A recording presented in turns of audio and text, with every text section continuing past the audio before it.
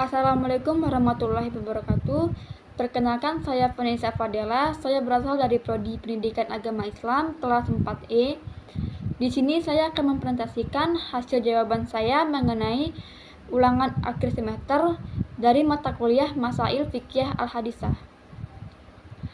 Yang pertama, tentang pernikahan beda agama, analisis terkait kasus pernikahan beda agama.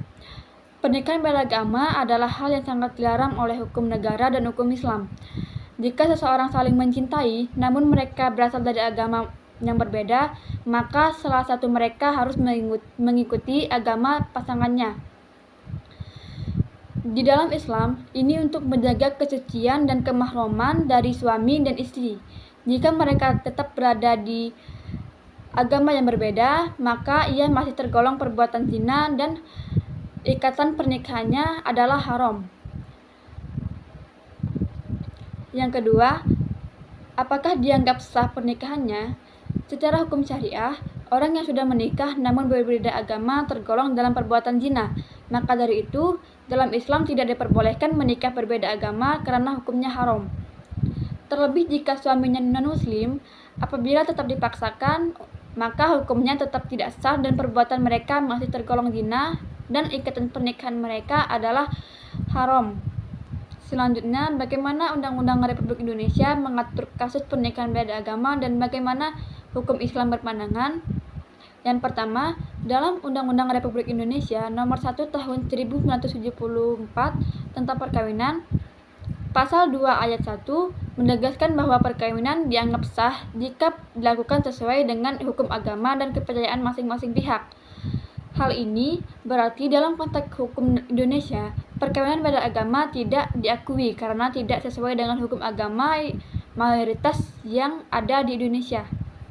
Kemudian, dalam hukum Islam, Fatwa MUI Nomor 4 Tahun 2005 tentang perkawinan dengan agama memutuskan, yang pertama, perkawinan beda agama adalah haram dan tidak sah. Yang kedua, perkawinan laki-laki dengan wanita ahli kitab adalah haram dan tidak sah. Maka dalam agama Islam, haram bagi umat muslim apabila menikah dengan seseorang non-muslim dan menjalankan pernikahan beda agama, dan itu akan menyebabkan pernikahan mereka masih tergolong perbuatan zina. Kemudian tentang poligami. Setujukah Anda dengan poligami? Pandangan saya tentang poligami, saya sangat tidak setuju dengan poligami meskipun di dalam Islam diperbolehkan. Ada beberapa hal yang membuat saya tidak setuju dengan poligami, salah satunya ketidakadilan bagi perempuan karena menempatkan perempuan dalam posisi yang rendah dibandingkan laki-laki.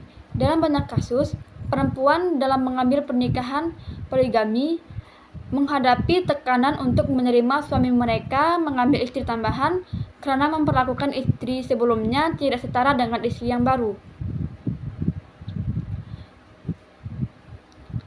Kemudian, bagaimana hukum negara dan hukum Islam terkait kasus poligami? Dalam hukum negara, Undang-Undang Nomor 1 Tahun 1974 tentang perkawinan, Pasal 3 Ayat 2, pengadilan dapat memberikan izin kepada seorang suami untuk beristri lebih dari seorang apabila dikehendaki oleh pihak-pihak lain. Di Pasal 5, suami harus memenuhi syarat-syarat tertentu seperti adanya persetujuan dari istri, adanya kepastian bahwa suami mampu menjalin keperluan hidup istri dan anak mereka, dan jaminan untuk selalu berperilaku adil terhadap istri yang lama dengan istri yang baru. Kemudian, dalam hukum Islam, poligami diperbolehkan dengan beberapa syarat ketat yang harus dipenuhi oleh suami.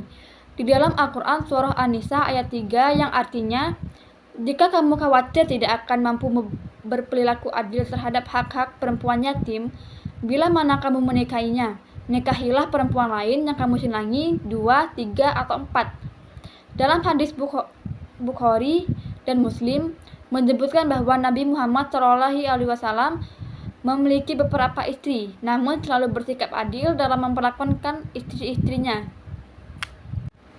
Kemudian tentang aborsi, berikan pandangan Anda terkait aborsi dan bagaimana pendapat ulama terkait aborsi. Pandangan saya, aborsi hanya boleh dilakukan ketika janin tidak memiliki kekuatan untuk hidup atau cacat berat. demi menghindari penderitaan bayi dan penderitaan ibu. Apabila aborsi dilakukan karena tidak adanya ikatan pernikahan, namun bayi terdeteksi sehat dan mampu untuk hidup, maka aborsi haram dilakukan. Kemudian, pandangan ulama, Syekh Yusuf Al-Qaradawi memperbolehkan aborsi dalam 40 hari jika ada alasan yang kuat seperti kesehatan ibu atau kondisi ekonomi yang sulit. Kemudian dalam mazhab Maliki melarang aborsi sejak saat pembuahan kecuali jika nyawa ibu terancam. Kemudian mazhab Syafi'i dan Hanabali memperbolehkan aborsi sebelum 40 hari dengan alasan yang kuat. Bagaimana jika melakukan aborsi dengan alasan terdeteksi bahwa anak yang lahir akan cacat? Apakah boleh atau haram?